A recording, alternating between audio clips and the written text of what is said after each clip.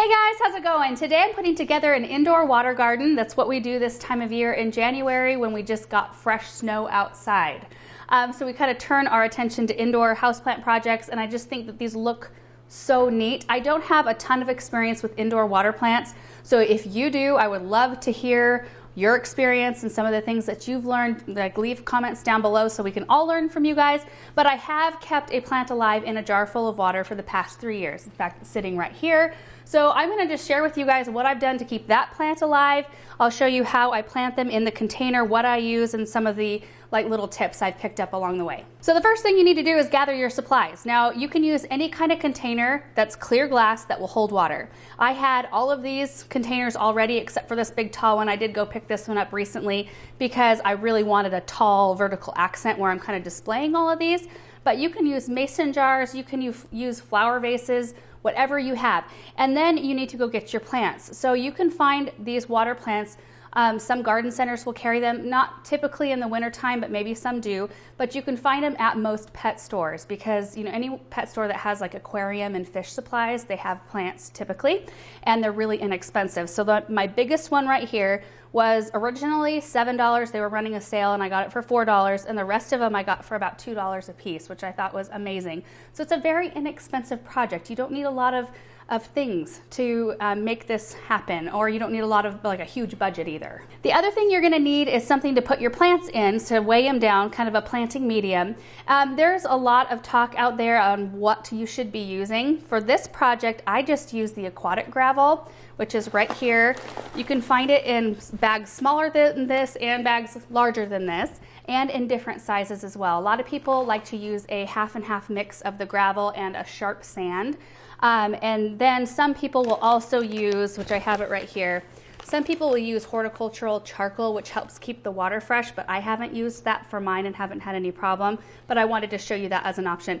The thing about the charcoal is that it is buoyant. It will want to float. So if you do use this in your container, you'll want to put the little pieces, just like a little pinch of charcoal at the very bottom before you put your rocks in to kind of help weigh it down. Last couple of things, there is aquatic plant food tablets. This I got in the pond section at the garden center.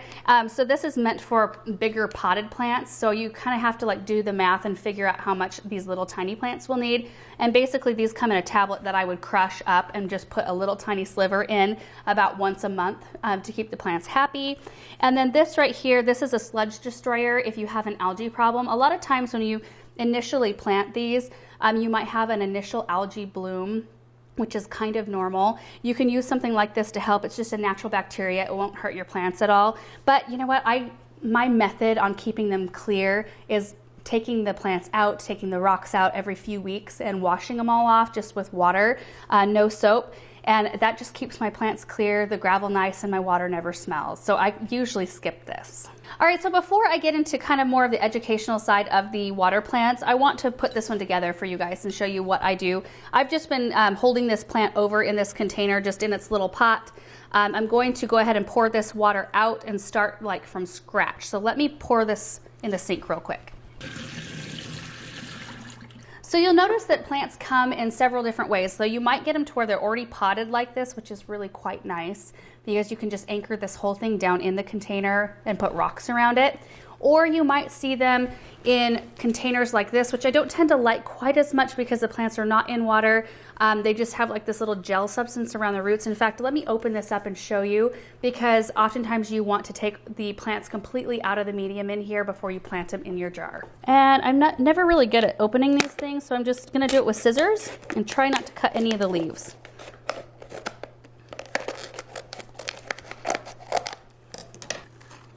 There we go. So this one is called a Java fern. It's beautiful. It looks pretty good. A lot of times you'll see a lot of dead foliage that you want to clean off, but you want to take them completely out of this interior pot as well. So let's do that, and this is going to make a little bit of a mess.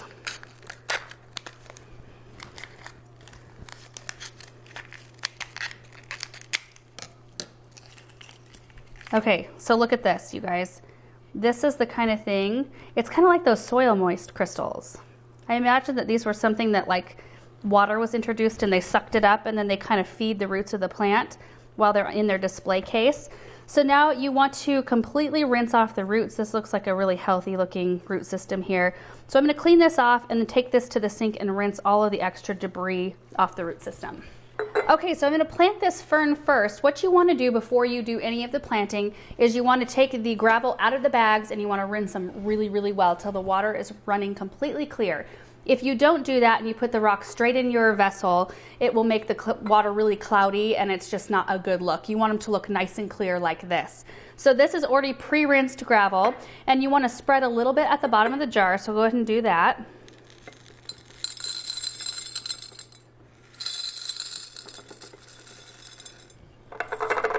And this is just a mason jar, you guys. So I think it's going to look really quite cute to be mixed in with these other little bit more clean modern jars that I've got. And then I'm going to make a little well, and you can make this, you just want to make sure you know that the foliage has enough room to be down completely in the water if that's the type of plant you have, which I'll talk about plant types here in just a second. So I'm going to make a well almost to the bottom here, and then we'll introduce our plant. In fact, I actually think I put too much gravel. Hold on. Don't want to get carried away too much. You can always add more gravel in.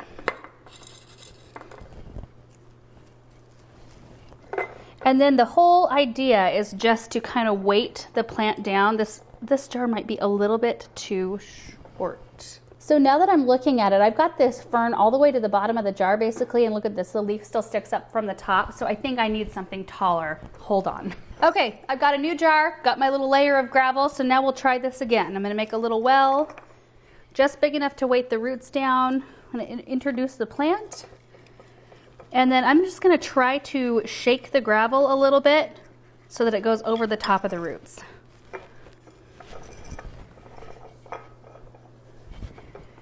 It would have been easier with the mason jar because my hand doesn't fit in this one as well. There, I think that looks really good. Now you can add a little bit of water if you want to before this step, but I prefer to do it this way. It's a little cleaner.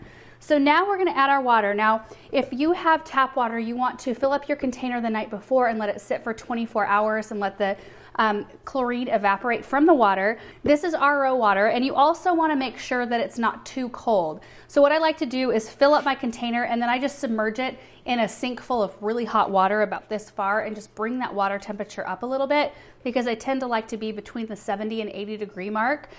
So they will live very happily inside with most of our indoor temperatures, but they don't want that initial cold shock of water. And so what I'm going to try to do when I put the water in is I'm going to try to bank it off the side of the jar so that it doesn't mess up or dislodge my plant. Just a nice steady stream, and we're just going to fill it almost all the way to the top.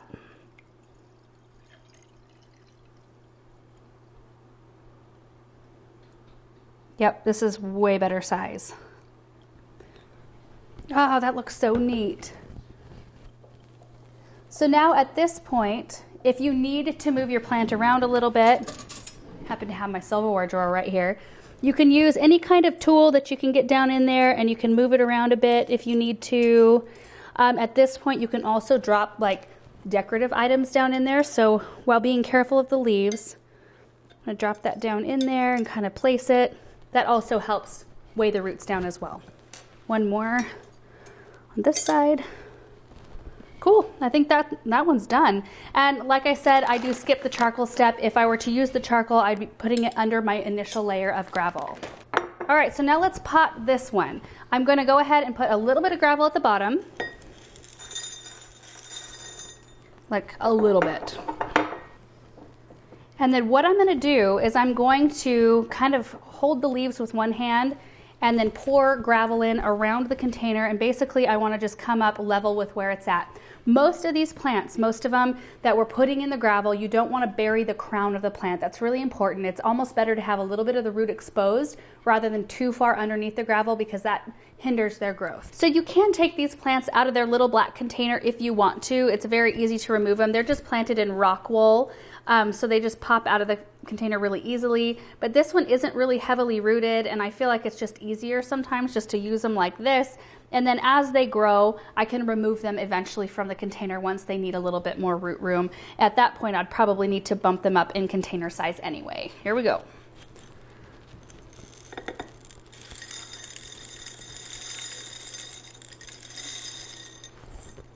So far, so good. Turn it around. Hope you guys can see through this glass. It's so hard to film or get pictures of anything in glass because it's so reflective.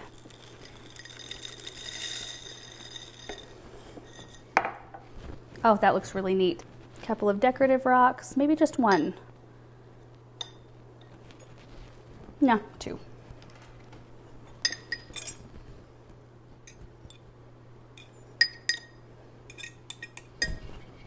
And now water.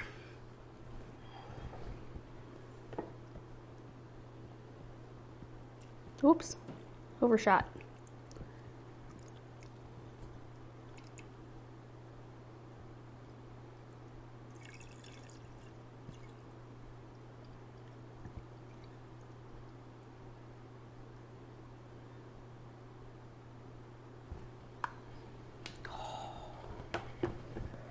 That looks so neat. I love it. All right, so now that I've got them all planted, I wanted to talk a little bit about the plants. I know that there are 3 different categories. There's the plants called the true aquatics or submergent plants, and they're the type that like to be completely submerged in water, like every single one of them that I have on this table right now, which means that they're usually anchored down in gravel or sand, and then all of their foliage is covered. And so those are like Argentine sword ferns, Java ferns, other types of ferns, Java moss, Phottonias, water hyssop, are some that I know of. And then there's the second group called semi-aquatics or emergent plants, and they are the type that like to have their roots anchored in the water, but all their foliage up above it. So plants like pothos, sweet flag, lucky bamboo, umbrella papyrus, cypress grass like a prince tut or king tut, which I've grown out in the landscape before, and they do like a lot of water. So I think it'll be fun to try one of those. I've got a perfect container to try prince tut next year and kind of treat it more as a water or pond plant. And then there's the third category called floaters, and they're the type of plants that like just to float on the surface of the water, like water lettuce or water hyacinths. When you're picking out your plants, you do want to make sure that you're picking out the right ones for the type of light that you have. Most of these will want between 12 and 16 hours of light every day, which means you're going to want to put them on a table near a really bright window, or if you have the ability to put them under grow lights, that's excellent as well. I think it'd be really pretty to have one of these on a table with one of those really neat like curved lamps with a grow light shining down on it. I think it would kind of spotlight the plant and give it the light it needs at the same time. There are some plants that handle lower light. I will put a list of those up on the screen so you can check those out. If you have a more dim house and don't have very many bright windows, one of those might be a better choice for you. So now I want to talk a little bit about the maintenance of this type of plant and how I've kept mine looking good over the past 3 years. So obviously they're in a very still water sort of situation. There's no water filtration system, no moving water, so algae can build up on this type of plant. You can use the product that I showed you earlier that's called Sludge Destroyer or Pond Saver that are just a natural bacteria that help keep your water clear. I don't like to use those though. I tend to like to just clean mine out every few weeks. So every 2 to 3 weeks, I'll just pop my plant out, put it in a little bowl of water on the side, and then just drain everything out, wash my rocks off just with water, wash the container, and then I just put everything back in. It's a super easy, fast thing to do, especially if you don't have 7 of them. Like this might take me a little bit longer than it used to when I just had one, but it's just such an easy maintenance thing, and then I'm not having to introduce anything extra into the water. They will require just consistent grooming, so you know I'm looking at them all the time. So if I notice any yellowing leaves or anything, any kind of damage or anything, I'll just make sure to clean those off. So at that time, usually I'll just pop them out and clean the rocks and clean up the plant and then put them back together. And then monthly fertilization is important as well. And I showed you that earlier. So you just want to put a little piece of that fertilizer down in the rocks. And I will do that at one of the times I clean as well. It's easier to kind of get it lodged in there. And that will feed your plant and keep them nice and happy. So that's it, you guys. These are my indoor water gardens. I'm super excited. And I think Russell is wanting to take a drink out of one of them probably. And I'm excited to see how they all do. I mean, I've had really great success with this one right here. If you guys have any tips for me, anything that I need to know that I don't know, that I haven't shared, please let me know down in the comment section, because this is just kind of a trial thing for me. And I just feel like it would be fun for us. Like if you guys want to try this project too, it would be really fun, very inexpensive and very easy. So thank you so much for watching this video, and we will see you in the next one. Bye.